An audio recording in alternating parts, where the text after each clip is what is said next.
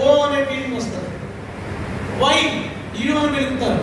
ఇప్పుడు ఇది ఈ పదాలన్నింటికి వెళ్తే ఏమొస్తుంది సార్? యేసు. ఆ యశు అని రాయలేదు, యేసు అని రాశారు. వీళ్ళు ఏమనుకుంటారంటే గ్రీక్ తెలియదు, ఎప్పుడు తెలియదు అనుకుంటారు.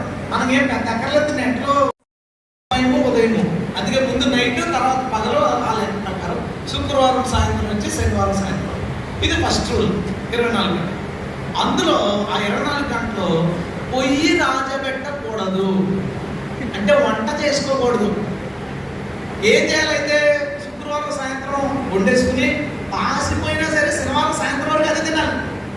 ఇక వేరే ఆప్షన్ లేదు. ఒకసారి రూల్స్ మీకు చూపిస్తారు. ధర్మశాస్త్రం అంటే విశ్రాంతి దినపు రూల్స్ రిఫరెన్స్లతో సహా.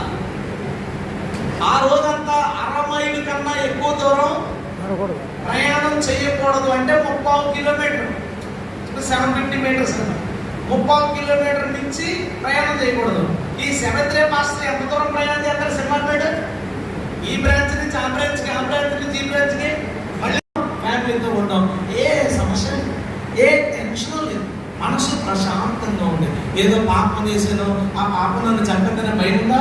లేదు. చాలా విశ్రాంతిగా ఉన్నాడు మనిషి. పాపం చేశాడు, విశ్రాంతి పోయింది. దేవుడు విశ్రాంతిని ఇవ్వడం కోసం ఒక ఛాయను పెట్టాడు. చచ్చిపోవడం కోసం గొర్రెని పెట్టినట్టుగా విశ్రాంతిని ఇవ్వడం కోసం ఒక ఛాయను పెట్టాడు.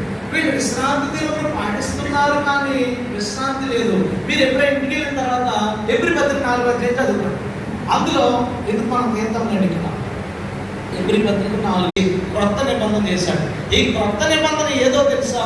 ఎప్పుడో అబ్రాహాముతో చేసిన నిబంధన యేసుక్రీస్తు నెరవేర్చి అమల్లోకి తీసుకొచ్చాడు. దేవునికి స్తోత్రం. కొత్త నిబంధన కొత్తది కాదు, అది ఎప్పుడో అబ్రాహాముకి చేశాడు, కానీ అది అమల్లోకి ఎప్పుడు వచ్చిందంటే ధర్మశాస్త్రం తర్వాత. మీకు ఇంకొక మాట చెప్తాను. మీకు బాప్తిస్మం ఇచ్చి యోహాను వాళ్ళ నాన్నగారు పేరు గుర్తుందా? జకర్యా. ఎలిజబెత్. దేవుడు అద్భుతంగా